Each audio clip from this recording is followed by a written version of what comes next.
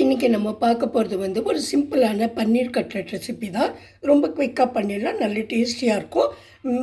முக்கியமாக யாராவது திடீர்னு கெஸ்ட் வந்துட்டாக்கா நம்மளுக்கு டக்குன்னு பண்ணி கொடுத்துட்டு அவளும் ரொம்ப என்ஜாய் பண்ணி இதை சாப்பிடுவாங்க. இதை வந்து டீ கூட நம்ம கொடுக்கலாம். எப்படி பண்ணுறதுன்னு பார்க்கலாம். நான் பன்னீர் எடுத்து வச்சுருக்கேன், இதை கிரேட் பண்ணி வச்சுக்கலாம். அப்புறம் இது வந்து நிறைய வெஜிடபிள்ஸ்லாம் போடணும். அதுக்கு வந்து நான் இங்கே கேப்சிகம் எடுத்து வச்சுட்டுருக்கேன், தக்காளி, பச்சை மிளகாய், வெங்காயம் எடுத்து வச்சுட்டுருக்கேன்.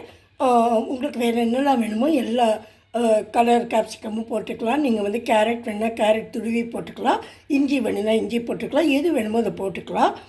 அதுக்கப்புறம் இதுக்கு மசாலா பவுடர்ஸ்லாம் வச்சுருக்கேன். ஏதோ மஞ்சள் பொடி, மிளகா பொடி, தனியா பொடி, ஜீரகப்பொடி, அப்புறம் அந்த ரெட் கலரில் இருக்கும் இல்லையா அந்த சால்ட்டு, அப்புறம் வந்து ஒயிட் சால்ட்டு, அப்புறமா கொஞ்சம் பாவ்பாஜி மசாலா, இதெல்லாம் வச்சுட்டுருக்கேன். இதெல்லாம் போட்டு கலந்துக்கலாம். அப்புறம் இந்த பைண்டிங்காக கொஞ்சம் கார்ன்ஃப்ளவர் எடுத்து வச்சுட்டுருக்கேன், ஒரு குட்டியாக ஒரு ஸ்பூனில். அதையும் எவ்வளோ வேணுமோ நம்மளுக்கு பைண்ட் பண்ணுறதுக்கு எவ்வளோ தேவையோ அதை பண்ணிவிட்டு நம்ம தவாவில் போட்டு ஷாலோ ஃப்ரை பண்ணி எடுத்துடுறேன். இப்போ நான் இது எல்லாத்தையும் போட்டு கலந்துக்கிறேன்.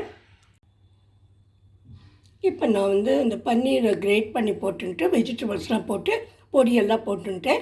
இதை நல்லா பிசைஞ்சிட்டு நம்ம வேணுங்கிற அளவுக்கு கார்ன்ஃப்ளவரையும் சேர்த்துக்கலாம். இப்போ நான் வந்து அந்த பன்னீரை நல்லா கிரேட் பண்ணிட்டு வெஜிடபிள்ஸ் போட்டுட்டு எல்லா பொடியும் சேர்த்துட்டேன்.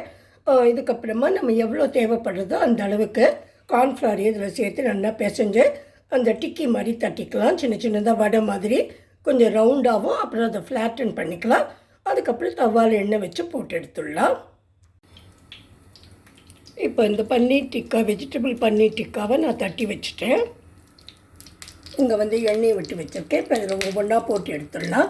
இதே மாவில் நம்ம வந்து ஆலுவை பிசைஞ்சு ஆலு பன்னீர் டிக்காவாகவும் பண்ணலாம். அதுவும் நான் பண்ணி காமிக்கிறேன். இப்போ நம்ம பன்னீர் வெஜிடபிள் டிக்கா வந்து ரெடி ஆகிடுது. இதை வந்து நம்ம பிளேட்டுக்கு மாற்றிடலாம். இப்போ வந்து அதே பன்னீர் தான். இந்த பன்னீரை நான் வந்து அதே வெஜிடபிள்ஸ் கொஞ்சம் இருந்து அதையும் போட்டுட்டு கொஞ்சம் நிறைய உருளைக்கிழங்கு வேக வச்சது இதையும் போட்டுக்கலாம். 2 உப்பு காரம் கூட பார்த்து வேணும்னா நீங்கள் போட்டுட்டு நல்லா அது மாதிரி மாவு மாதிரி பிசைஞ்சிக்கலாம். இதுலேயே நான் கார்ன்ஃப்ளவர் தான் போட்டுருக்கேன்.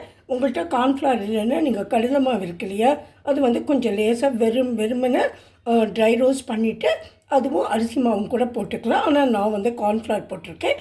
இதையும் நம்ம போட்டு எடுத்துடலாம். இதுவுமே ரொம்ப டேஸ்ட்டாக இருக்கும். இப்போது ஆலு பன்னீர் டிக்கி இல்லைனாக்கா ஆலு பன்னீர் கட்லெட் எது வேணால் சொல்லலாம்.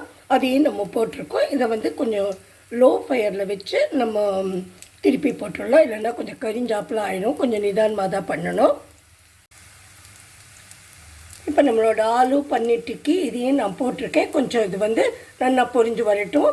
கொஞ்சம் ஃபயரை வந்து லோவாகவே வச்சுக்கணும் கேஸில், இல்லைன்னா இது கரிஞ்சு போயிடும். முள்ளமாக நம்ம திருப்பி போட்டு இதையும் எடுத்துடலாம். இப்போது நம்மளோட பன்னீர் டிக்காவை ரெடி ஆகிடுது. அதாவது பன்னீர் கட்லெட், வெஜிடபிள்ஸ் பன்னீர் கட்லெட்டு, அப்புறம் ஆலு கட்லெட்டும் ரெடி ஆகிடுது. அது கட்லெட்னு சொல்லலாம், இல்லைன்னா நீங்கள் டிக்கான்னு சொல்லலாம், எது வேணால் சொல்லலாம். ரெண்டுமே ரொம்ப சூப்பராக வந்திருக்கு. நான் ஒன்று சாப்பிட்டு பார்த்தேன், உங்கள்கிட்ட அப்லோட் பண்ணி சொல்கிறதுக்கு முன்னாடியே. ரொம்பவே நல்லாயிருக்கு. இது வந்து குயிக்காக நீங்கள் பண்ணிடலாம். யார் வந்தாலும் குயிக்காக பண்ணிடுறது மாத்திரம் இல்லாமல் அவளுக்கும் ரொம்ப பிடிக்கும். டீயோடு நீங்கள் சர்வ் பண்ணலாம். உங்களுக்கு எல்லாம் பிடிச்சிருக்குன்னு நினைக்கிறேன். பிடிச்சிருந்தா சப்ஸ்கிரைப் பண்ணுங்க, லைக் பண்ணுங்க, ஷேர் பண்ணுங்க. Thank you friends. நான் இதே மாதிரி இந்த டிக்கா, இந்த கட்லெட்டையே ரொம்ப ஈஸியாக பல வகையாக பண்ணலாம். நான் அடுத்ததில் வந்து வேறு 2 வகையான கட்லெட் உங்களுக்கு காமிச்சு தரேன். Thank you friends.